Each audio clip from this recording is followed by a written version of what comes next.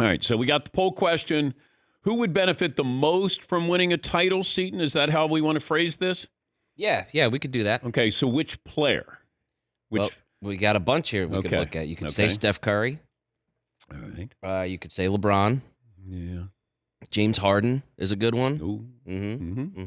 Jokic, also a good one. Durant, yeah. I mean, there's a lot of options here. Well, I think the bigger picture is LeBron, because what that means for his legacy, there's only one person above him, and that's Michael Jordan. Perhaps you've heard of him. Maybe you've heard of him. Now you get up there. Now you start to look at the totality of LeBron's career, the all-time leading scorer, top 5 in assists and steals, everything he's done in the playoffs. Now you win one more title, and you do that with another franchise. So he's already won one title with the Lakers. He won one with Cleveland. He won a couple with the Miami Heat. And now you would win another one there in Los Angeles. It would be LeBron, because I think, he has more to gain out of all of this. Kevin Durant to win a title without Steph, because Steph has won one without Durant, and then he won another one without Durant.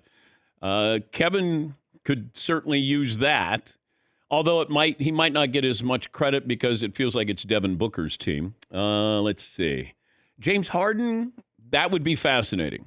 But he might not get the credit. It'd be Joel Embiid if he comes back. But Harden would be he'd be on a championship team. But he needs it, because we kind of look at him as a statistical wonder with how he played, putting up those numbers. I mean, he had about a 5-year window where you're like, wow, this guy is left-handed Iverson. Yes, Mark. Do you think James Harden might be considered maybe more like Oscar Robertson, a guy who was putting up numbers when he was young, and then later on he just got with a real dominant big man and changed his game a little bit, and he'll always be revered, especially if he wins a title in Philadelphia? Yeah, but Oscar stayed with Cincinnati. They weren't a good team. He was a great player on a bad team, and then he got traded later in his career and then went to Milwaukee and won a title with Kareem or Lou Alcindor at the time. Harden's been with good teams. Oklahoma City was a good team. They had the Warriors. His Rockets team at one point, he had a good team there. He was with the Nets. They had talent. And now it's not like he's been with schlocky teams. I think when he had that stretch when he was in Houston when they weren't very good, and then he won it out, after he got he got everything he wanted, and then he won it out. So that's different than Oscar. Yeah, Marv. I just mean as far as putting up great stats and then changing your game later on in your career. I didn't mean. Look, they missed 27 straight 3-pointers in a Game 7 against the Warriors. Yeah. He needs it. Yeah, but I don't. Does he need it more than LeBron? LeBron's trying to be the greatest player of all time. That's like when somebody says, what's the worst loss by a team that had an unbelievable regular season? Well, it has to be the Patriots when they lost to the Giants because they were going to go undefeated. So that's the biggest loss when you think about, oh, my God, this team went undefeated during the regular season. They were going to be the greatest team of all time. Therefore, you had the most to lose in a situation like that. Yeah, Paulie. Steph Curry is interesting because, I want to get to him in a second, but LeBron, I think, is in the opposite position that Tom Brady's in. When Tom Brady won another title, it's like he was like Usain Bolt. He was putting so much distance between himself and second place. LeBron, I think, is a position where, at worst, it's an argument with him and Jordan. I mean, at best, it's an argument with him and Jordan. He can win 2 more titles and still be tied with Michael Jordan with titles, but I think it's always going to be a debate. He can't. I don't think he can separate himself because the Jordan people are entrenched. Only if he wins 1 more title than Jordan. Which he'd need 3 more to do. Yeah. And that's highly unlikely. Steph is kind of in the opposite position. We spent 10 minutes yesterday discussing who's removed from the top 10 with Reggie Miller to put Steph Curry in. He hasn't even won the title yet this year. And if he won the title, he could possibly go through LeBron, and even better, it'd be great to go through Durant. Every time if Steph wins a title, it actually hurts Durant more so. Yeah. Steph's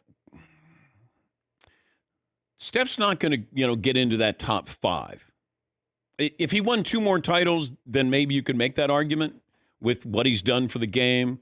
But coming up big, I mean, that's really important. That's why that Game 7 performance against Sacramento is going to stand out. What do you do in the big moments there? Winning those titles. LeBron, if you win another one, you're right on the doorstep there with Jordan. Then it becomes it's a tougher argument if you're a Jordan fanatic. If you're a sycophant, you at least have to acknowledge LeBron is there. He's in the conversation. They're sitting on the same couch, let's put it that way, in the living room. Yeah, Paul. Marvin and I were discussing this yesterday. There almost has to be a new echelon or something, because if you say the NBA top 10, is he in the top 10 or not top 10? Being 11th still means you're one of the all-time greatest players. But if he goes in the top 10, that means you have to remove Tim Duncan or Kobe Bryant or Larry Bird. He had back injuries. He didn't play a long time. Yeah, but that doesn't matter. Right. And so it's almost like you need a new term. Like there's an upper echelon of NBA players that you either enter the fraternity or you're not in the fraternity. Like to me, Karl Malone is just outside. No. I'm sorry, just outside the all-time greats. I'm looking at Bleacher Report. They've got like Kevin Durant's ranked 13th, Jerry West is ranked 14th. Steph Curry, this is from 2 months ago, is 15th. Karl Malone, Kevin Garnett, Charles Barkley, guys like that. They seem just like one tick below, don't they? I don't have them anywhere near the top 10. Now, if you say, are we doing the top 20 players of all time, top 15 players? No number. Almost like a designation, like this is the GOAT Club or whatever you want to call it. The greats of all time, not the greatest, because that's singular. Yeah. But it seems like you're either in or out. As much as I like Dr. J, he doesn't feel in the same breath as Kobe Bryant. Well, it's like, people don't want to acknowledge Wilt Chamberlain. And I said, well, if you're not acknowledging Wilt's greatness, then you're not acknowledging Babe Ruth's greatness. Like they were different in their eras. They're just statistical, giants. And Wilt's the same thing. He didn't win as much as Babe did, but statistically, he's Babe Ruth. You have to be able to acknowledge both of them. And they don't feel real. When you go, Wilt averaged 50 a game in a season. You're going, no, he didn't. Yeah, he did. Led the league in assists. No, he didn't. Yes, he did. He had 55 rebounds. Yes, I know it was a whole different generation back then, and there were more missed shots. But still, if you're going to acknowledge Babe without integration, then you have to acknowledge Wilt Chamberlain. You just do, whether you believe it or not. But Bleacher Report has LeBron 2, Kareem 3, Bill Russell 4, Magic, Wilt's in there, Bird's in there, Shaq's in there, Duncan, Kobe. So that's 10 right there. If Steph wins another title, I think Larry Bird's coming out of there. I know. He was unbelievable in a briefer period of time. And that sounds sacrilegious to say that. Bill Russell's in there. His team won.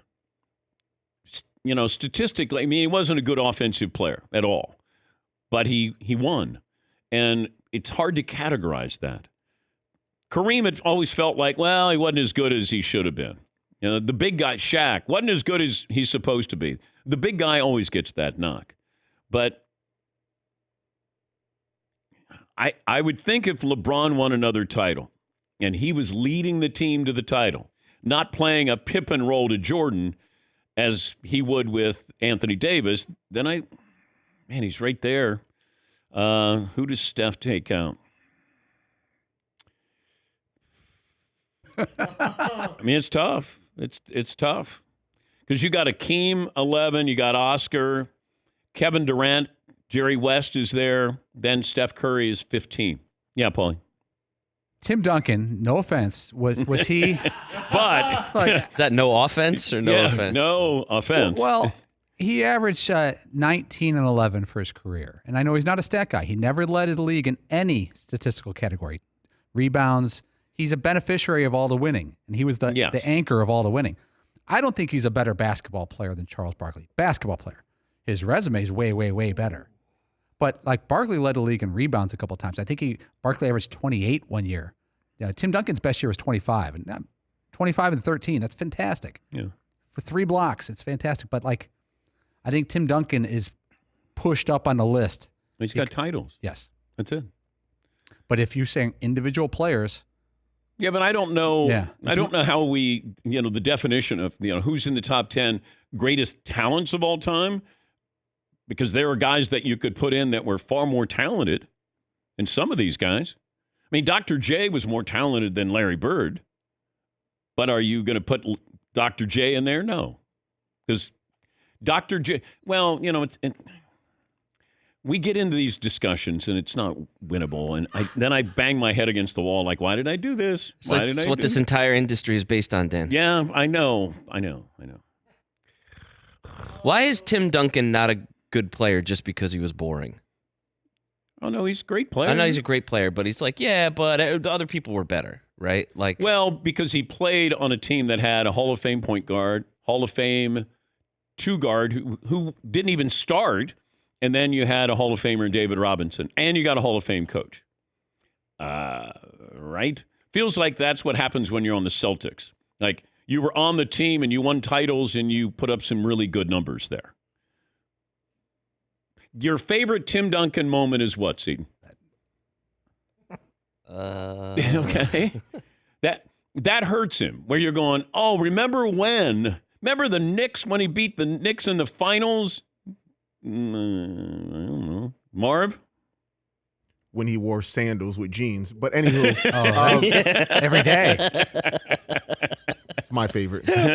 All right, fair enough. That was crazy that time he did that. Wild. Yeah, Paul. Yeah, Barkley had that Suns team that had talent. It wasn't, all-time NBA talent, but it was a very talented team that was the biggest test Jordan ever got. It was very close to going the other way. Jordan could have that series could be Jordan could be 5-1 and Barkley could have the 1. Barkley may be the guy who would benefit the most from having a ring, because he would now he'd be propped up a lot. People almost ignore Barkley's career because his post-career is so good. Yeah, but he didn't win. Right. That's what I'm saying. You got to win. If he took down Jordan, that chip would be unbelievable for Barkley's career. Yeah, Marv.